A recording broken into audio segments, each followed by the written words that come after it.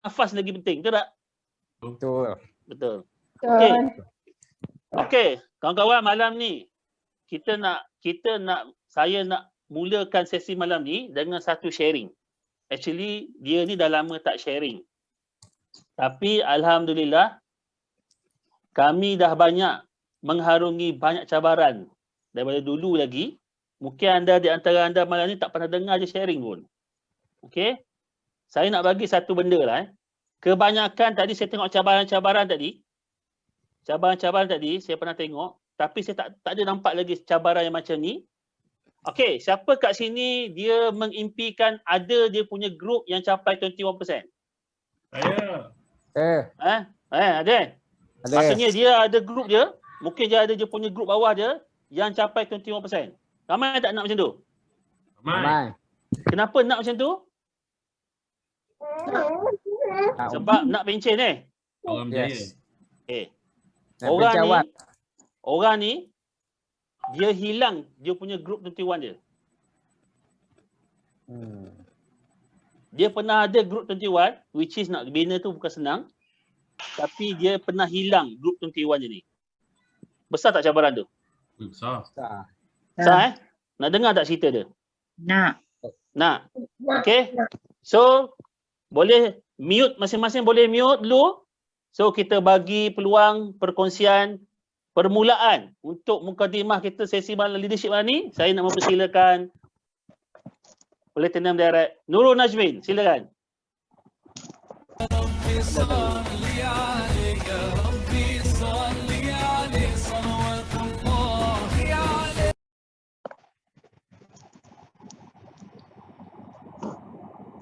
Bismillahirrahmanirrahim. Assalamualaikum warahmatullahi wabarakatuh.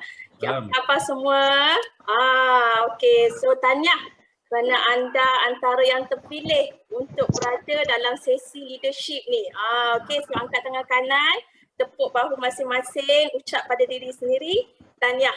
Okey, tahniah sebab anda berada dalam grup yang positif. Okey, alhamdulillah. So insya-Allah semoga masing-masing akan dapat sesuatu yang sangat-sangat bernilai. Sebab bukan senang tau bila Founders Platinum Yunus nak kumpulkan semua leaders walaupun di saat dia memang tengah ada dugaan dan cabaran dalam hidup dia, tapi dia bahagikan masa juga untuk kita berkumpul pada malam ni. So appreciate sangat.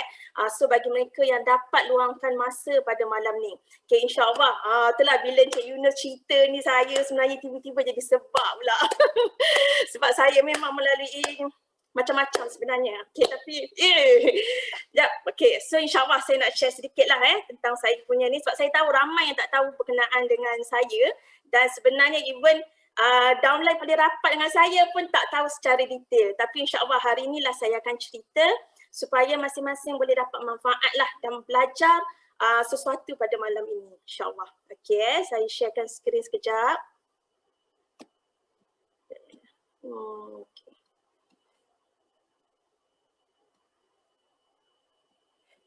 Nampak tak skrin saya? Nampak Okey, insyaAllah. Okay, nampak. Okey. Okay. Alright, so saya punya perkongsian malam ni, dream bigger, do bigger. Okay, jadi saya perkenalkanlah diri saya dulu sebab saya tahu mungkin ada di kalangan sahabat-sahabat yang mungkin belum mengenali diri saya. Ke ada yang dah yang tak kenal saya. Yang tak kenal sila type nombor 1. Sajalah nak tahu mungkin ada yang belum kenal saya. So saya share sedikitlah tentang latar belakang lah semuanya. Okay, alright. So nama saya Nurul Najib binti Amran. Okay, saya isteri kepada lelaki Ira. Okay, so nama suami saya Metem. Dia adalah seorang pensyarah di universiti swasta. Saya ibu kepada 2 orang anak dan background saya dalam bidang chemical engineering. Okay, jadi saya nak share sedikit lah siapa saya tanpa mereka. Saya nak ucapkan terima kasih banyak-banyak penghargaan kepada saya punya upline yang bawa masuk saya dalam MBA ni, iaitu Platinum Puan Azian dan juga Puan Lias. Okey, dia adalah senior UTP saya, dan tak lupa juga kepada mereka yang banyak membimbing saya, jatuh bangun saya, iaitu Founders Platinum, Cik Muhammad Yunus dan juga Puan Hanani, dan juga pastinya Diamond Said dan juga Diamond Rohani lah, our lovely mentor. Okey. Okay, jadi this is my story. Saya bukan benda yang saya nak cerita bangga ataupun tidak, tapi inilah perjalanan saya sebelum saya berada di sini, sebab saya sendiri pun pernah berada di kasut anda juga, dan insyaAllah anda niat kenal hati, one day you will be sharing your own story. Itu you all punya impian one day, okay? So apa yang you lalui, simpan story tu baik-baik, okay? So inilah kisah transformatif saya tentang bagaimana saya mengatasi rintangan dan mencipta kehidupan yang lebih baik daripada semua kemungkinan, insyaAllah. Okay, so sebelum Amway, siapa saya? Okay, saya memang bidang engineering. Okay, saya memang bekerjalah dalam bahagian penyelidikan, bidang oil and gas. Okay, dan saya memang banyaklah pergi bahagian presentation dan sebagainya, dan saya bekerja selama 5 tahun. Okay, so ini adalah kontrak bekerja saya. Okay, dan selepas tu saya dapat seorang anak yang saya nanti-nantikan setelah 4 tahun berkahwin. Jadi kita faham kan perasaan wanita ni bila lama tak dapat anak, tiba-tiba dapat anak, dia macam nak lepaskan anak tu untuk masuk kerja tu, dia rasa macam ya Allah, kan 4 tahun aku menunggu, tiba-tiba lepas aku dapat anak, nak masuk kerja tu, kalau boleh anak tu kita nak tengok dia membesar setiap hari. Dan saya sendiri pun bila hantar anak saya yang kecil tu sekejap kat Taska, saya menangis. Jadi saya kata saya tak boleh hidup macam tu, saya kena plan supaya saya tak perlu masuk kerja tapi saya boleh buat bisnes. Okey, jadi akhirnya saya memilih bisnes konvensional. So inilah bisnes konvensional saya yang pertama, di mana saya bermula dengan jual tudung. Waktu ni modal saya hanya RM500 sahaja. So alhamdulillah dia berkembang. Ini adalah butik saya yang pertama di Perak, kan. Jadi saya rasa seronok sebab waktu tu tak ramai orang menggunakan bisnes online ni. Kiranya ini antara orang kata terawal lah kami untuk belajar dalam bidang online bisnes ni. Okay. So ni di Seri Iskandar, dan selepas tu bila saya berpindah di KL, di Selangor, saya sewa pula butik di Bangi. So ini saya berpartner lah dengan kawan saya untuk buka butik di Bangi Central. So selepas tu saya nampak saya punya bisnes ni makin lama makin berkembang. Kan, saya ada ejen yang banyak di seluruh dunia. Bukan di Malaysia saja, di dunia pun ada. Saya banyak ejen di Singapura, Brunei, Amerika, UK. Saya banyak, dan mereka akan ambil stok yang banyak. Okey, memang saya rasa macam seronok. Seronok sebab lepas tu saya diinterview pula dalam rancangan Esro. Kita tahu pengacara dia lah, siapa nama ni? Wawa Zainal, tapi sampai sekarang saya tak tahu. Bila keluar saya pun tak pernah tengok, kan. Itu yang saya rasa macam, wah seronoknya bisnes yang saya buat. Okey, dan dalam masa yang sama pula bila kita berada dalam bisnes peragaan ni, saya kena belajar pula dalam bidang modeling, sebab kita nak hire model-model, dan saya pun dijemput untuk memperagakan saya punya bisnes. Kan kalau tengok rasa macam ya Allah seronoknya. Memang saya cakap betul, income saya waktu tu 5 angka setiap bulan selling, tapi memang betul sebenarnya walaupun selling banyak doesn't mean that income kita dapat banyak. Kat sini saya macam terfikir, nanti saya share sikit lah macam mana turning point yang saya nampak apa yang Amway bagi tak sama dengan apa yang bisnes konvensional yang saya dapat. Sebab semua tahu kalau nak buka apa-apa perniagaan modal mesti besar. Actually modal marketing.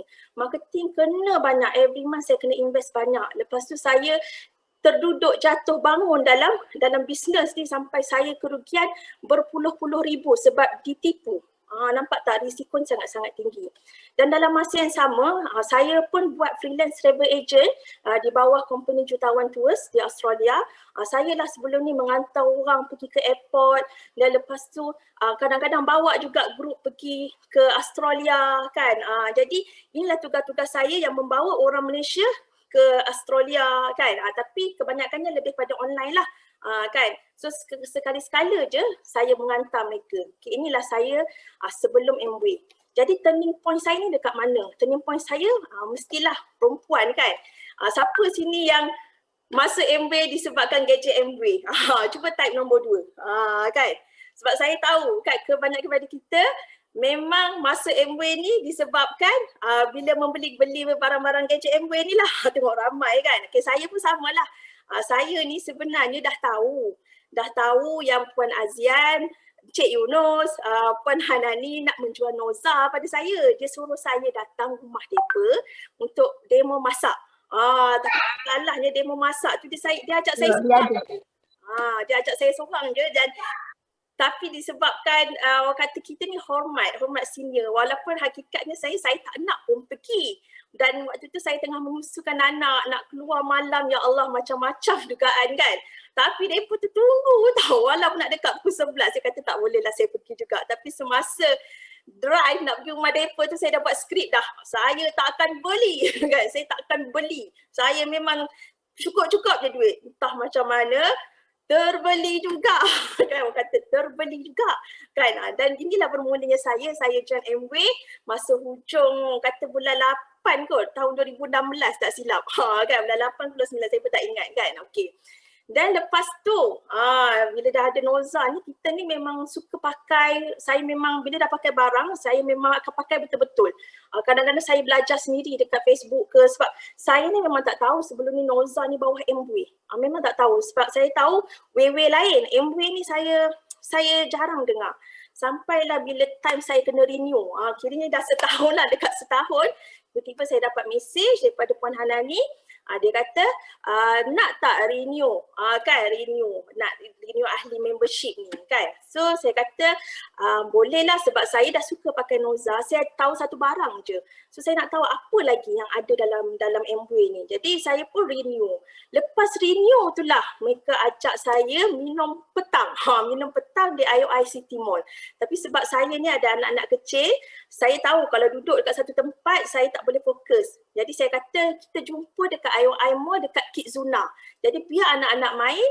Jadi terpulanglah apa yang Puan Hanani dengan Cik Yunus ni nak bercakap lah. Walaupun saya tahu mesti ada sesuatu lepas saya renew. Tapi sebab saya ni kata dengar je lah, dengar kan. Tapi bila saya dengar, kat sini saya nampak ada peluang lah.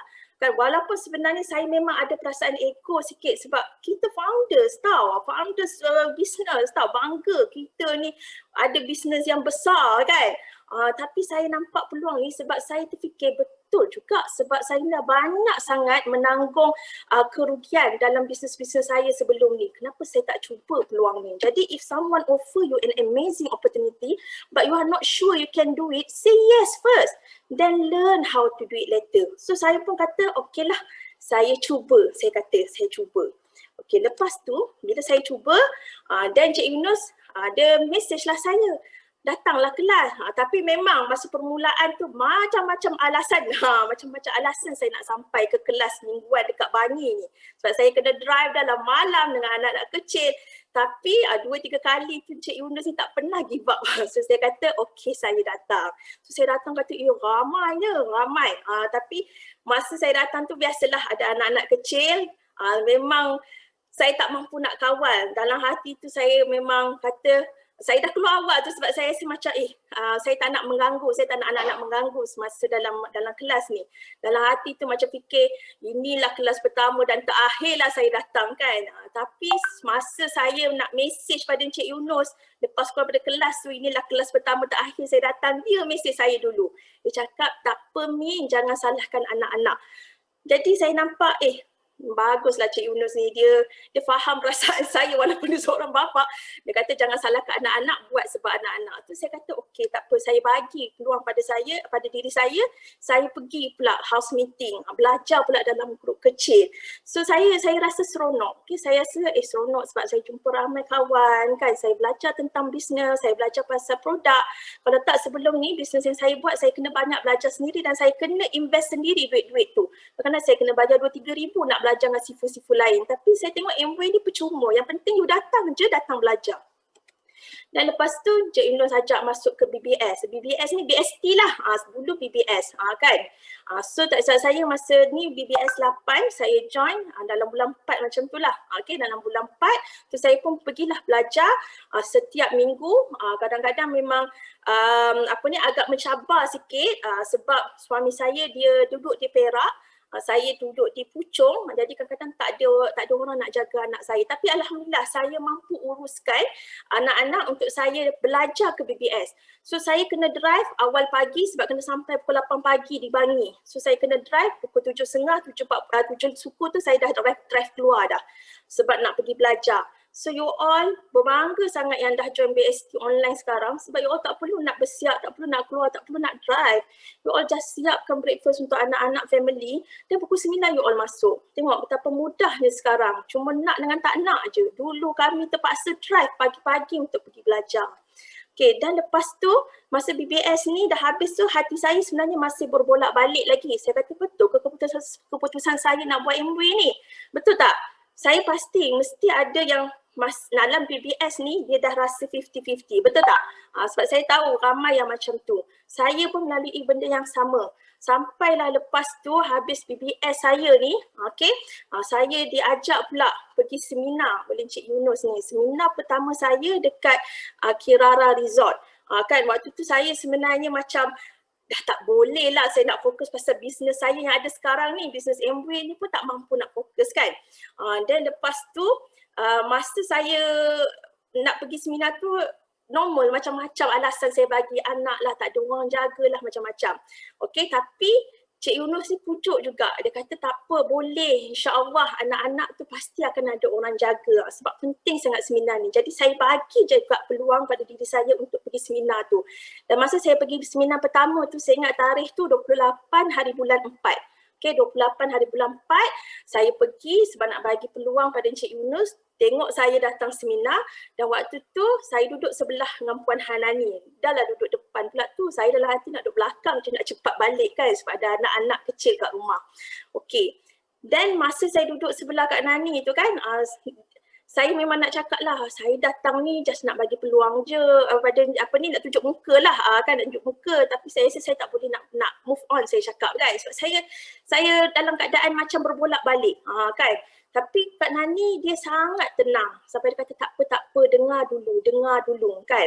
And then masa saya start dengar tu macam okay, macam best masa mula-mula lah pagi, sebab dia sesi 1 hari kan, sesi pagi tu macam tiba-tiba rasa macam excited tapi tak nak tunjuk lebih-lebih sebab upline kat sebelah kan, sebab kita tak naklah tunjuk macam kita excited kan sebab dah lah mula-mula pagi rasa macam down, tiba-tiba dengar macam excited tapi tak nak tunjuk lebih-lebih.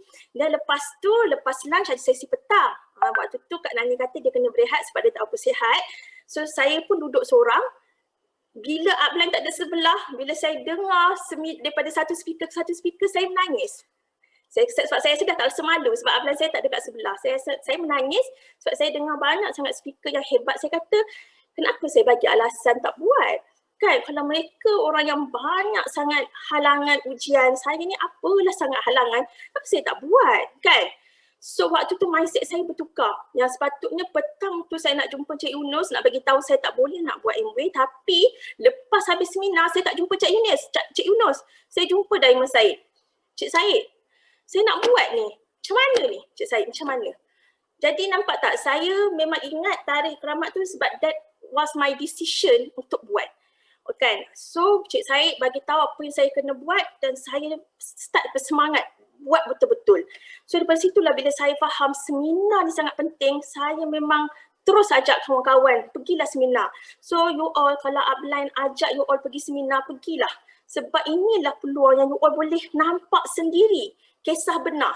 Sebab apa yang you all belajar sekarang ni lebih pada teori. Tapi apa yang you all pergi dan dengar, tengok betul-betul, kalau seminar betul-betul, you all akan rasa inilah yang saya nak sebenarnya.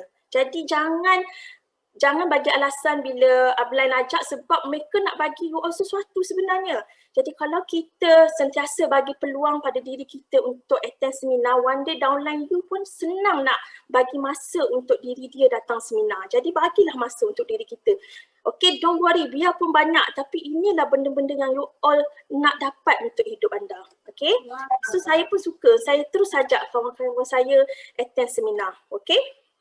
Dan bila saya dah faham, saya dah buat decision dan saya terus buat demo. Jadi Cik Yunus dia ajar saya demo 2 kali je dan saya kena buat sendiri. So saya pergi.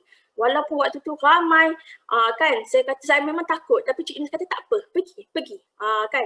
So saya pun pergi ajar orang buat apa ni, nasi Arab. Walaupun dah beratus kali saya buat nasi Arab, tapi demo kali tu nasi Arab saya tak jadi. Dan saya tak close apa-apa barang waktu tu. Kalau you all pergi demo, tengah bawa barang berapa banyak ni, lepas tu participant ramai, tiba-tiba tak close satu pun, you all nak proceed ke tak? Cuba type. Kalau nak proceed, kalau you all nak proceed business, type 10. Kalau you all nak stop, type kosong. Kan? Saya ni angkut banyak barang seorang, kan, ramai 30 orang peserta, dahlah demo saya tak jadi. Lepas tu, satu barang pun tak close. Saya menangis kan. Tapi saya tak give up. Saya kata tak apa, saya pergi, saya buat je. Sebab ini adalah proses belajar saya. Jadi saya buat.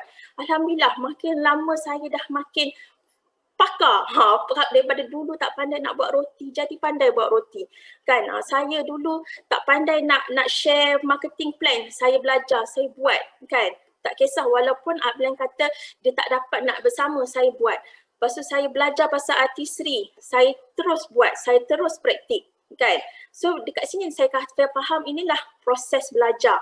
Dan Alhamdulillah yang gambar terakhir yang you all tengok ni, kan, disebabkan saya tak stop daripada demo pertama ni, tapi sekarang ni saya punya downline makin lama makin bertambah. Okay, kalau last yang demo yang sebelum PKP ni, grup ni saja pun saya dah boleh close lebih daripada 40 noza, saya dah boleh close lebih daripada 20 break maker noza. Okay, asbab daripada proses yang saya belajar daripada demo yang awal-awal tu.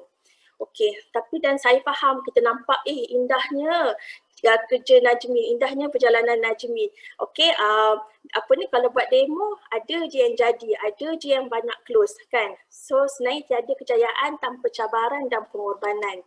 Okay, di sinilah yang saya bermula bila saya decide untuk buat. Suami saya berada di Perak, kan.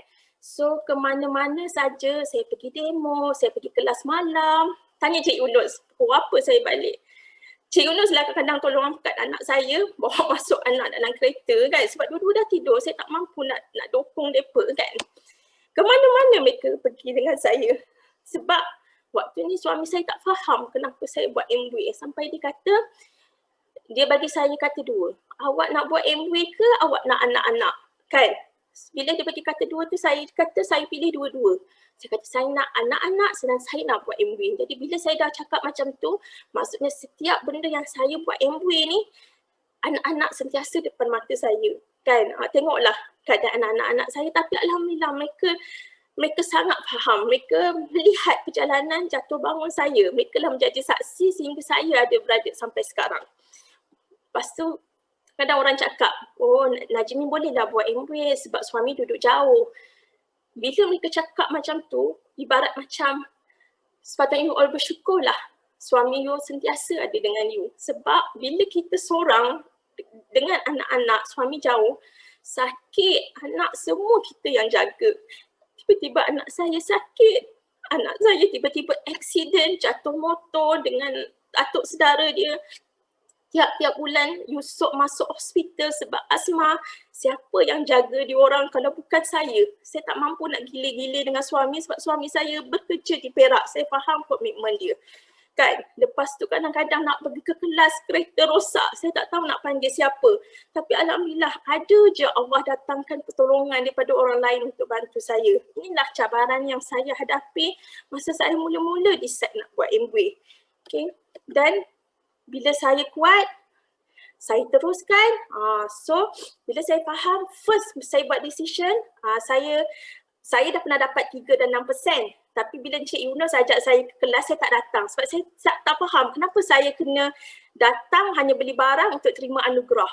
Macam tu saya tak faham. Jadi 3 dan 6% saya tak ada gambar. Tapi 9% saya ada gambar tapi saya tak jumpa. Jadi kalau Encik Yunus jumpa gambar 9% saya, tolong bagi kat saya. Okay. Jadi lepas tu bila saya buat decision, saya terus dapat 9%. Lepas dapat 9%, saya terus lompat 12%, 15%, 18%. Dan kurang dari setahun, saya dah capai 21%. Kan seronok sangat dapat 21% ni. Tengok ni, Februari 2019. Okey, kurang pada setahun saya dah dapat 21%. Dan paling best sekali, masa tu dapat pula jemputan ambil hadiah dekat PWTC. Nama kita terpampang dekat dinding. Tengok tu, silver producer, nama Nurul Najmi. Oh bangga, waktu tu tak tahu nak cakap. Dan masa kita ambil anugerah tu, 5,000 orang depan mata kita. Saya kata, saya ni kalau buat bisnes, sebelum ni tak ada orang beri perhargaan macam ni pada saya. Tu yang saya kata seronoknya buat MWing. Okey, namun ini yang saya nak cerita ni. Okey, cabaran tu memang ada. Kan, jadi bagaimana kita bangkit untuk nombor 1, kenikmatan. Okey, so ramai yang tak tahu kat sini.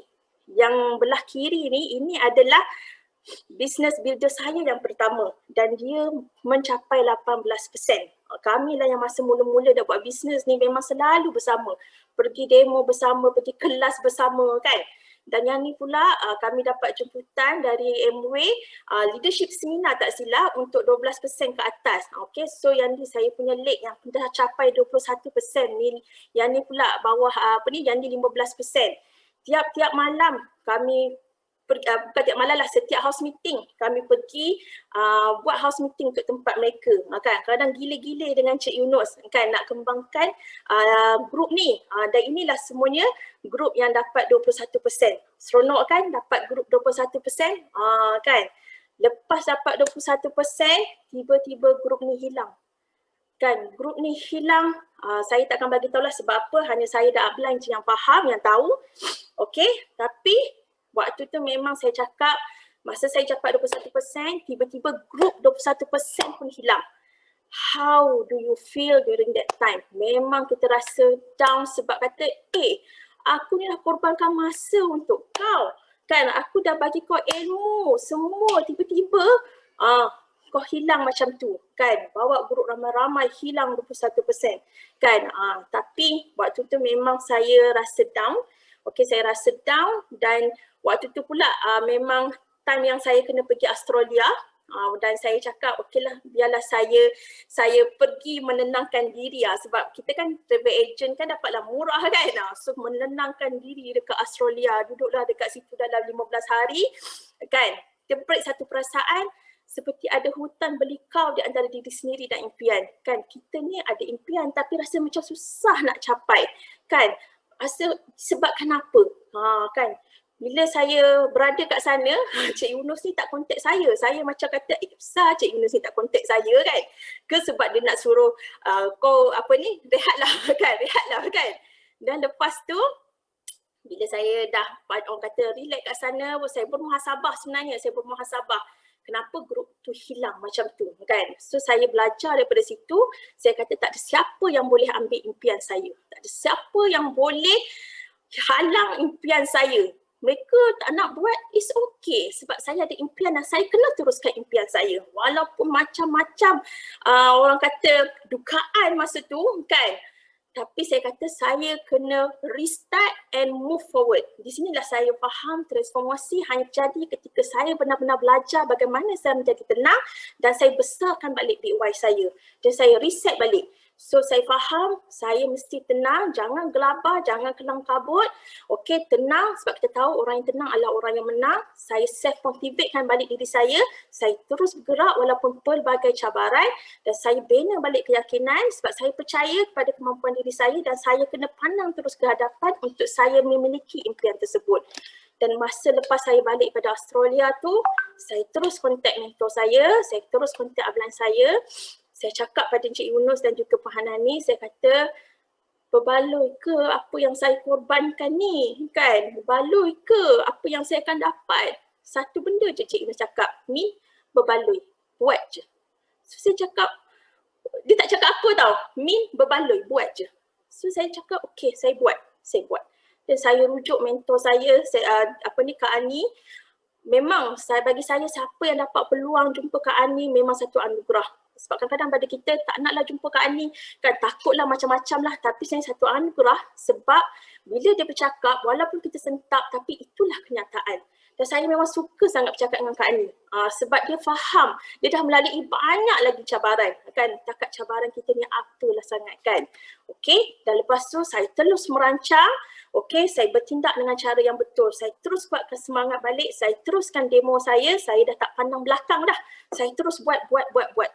Okey, Dan lepas tu saya pun hargai juga orang yang kita sayang di sekeliling kita. Macam suami saya walaupun dia tak buat tapi dia faham bisnes ni. Dia tahu berapa PV saya sekarang. Dia tahu bila saya nak capai 1%. So kalau tengok gambar ni kalau nampak ada resit kat situ, ada pen kat situ. Dekat situlah waktu tu saya berdua dengan suami, anak-anak waktu tu mak mertua jaga. Saya duduk kat kedai mamak, saya cakap saya nak capai 21% ni tiap bulan. Macam mana ni? Saya tulis. Dan dia nampak, dia kata buat yang ni, buat ni juga. Macam dia pula saya punya mentor kan. Tapi saya kata okey, tak apalah. Saya faham, saya buat. Tapi memang setiap kali saya sit down dengan dia, mesti 21%. Walaupun dia tak faham apa benda dalam bisnes ni. Dia cuma faham dah capai 1% ke belum. So anak-anak saya adalah penguat saya dan pastinya doa daripada mak ayah saya. Okay, mak ayah saya, mak tiri, ayah tiri saya. Itulah doa yang paling berharga untuk saya sebab mereka faham apa yang saya lalui dan saya memang selalu minta doa pada mereka sebab saya cakap saya ada sesuatu nak bagi pada mereka bila saya buat ni. Okey, dan lepas tu bila saya bangkit, saya terus bergerak walaupun waktu tu masa dah down tu memang kita reset balik, saya terus bergerak. So hampir setahun jugalah saya nak capai Go Producer. Kata lamanya, it's okay saya cakap. Sebab bagi saya tak ada siapa yang boleh ambil saya punya impian. So saya fight untuk Go Producer, terus saya fight untuk Platinum, saya dapat penghargaan, dapat lagi penghargaan dekat Amway walaupun secara PKP tayangkan juga dekat skrin nama kita sebagai Platinum. So saya kata seronoknya bisnes ni sebab orang menghargai usaha kita. Kan you all kalau dah bekerja berpuluh-puluh tahun, ada tak orang yang nak menghargai usaha anda? Kan?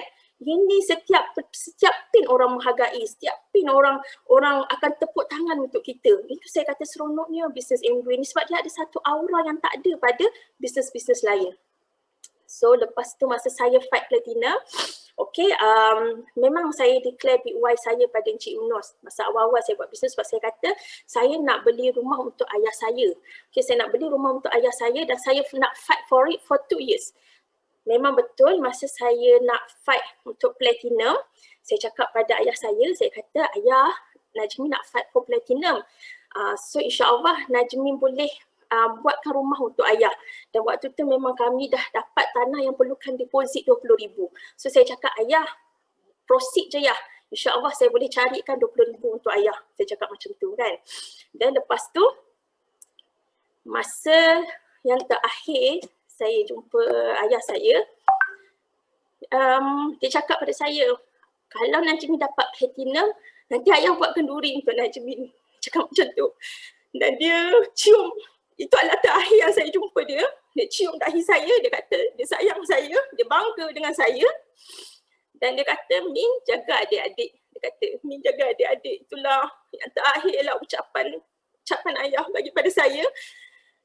Dan bulan depan itulah yang saya capai Platinum dan saya terkilan sebab saya tak sempat nak tunaikan hajat ayah saya untuk buat rumah. So you all kalau ada mak ayah yang masih ada, you buatlah betul-betul sebelum mereka pergi. Sebab nanti you all akan rasa terkilan sangat sebab tak dapat nak tunaikan impian tu kan.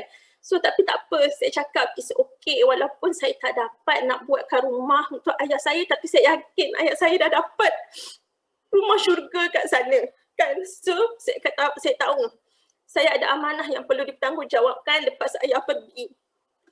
Saya ada mak saya. Mak saya alhamdulillah masih sihat. Tiap-tiap bulan saya akan kirimkan Nutrilite pada dia. Double X, Salmon Omega, Glucosamine, Calmate D, Bio-C, almost every month mesti RM500 ke atas Nutrilite untuk mak saya.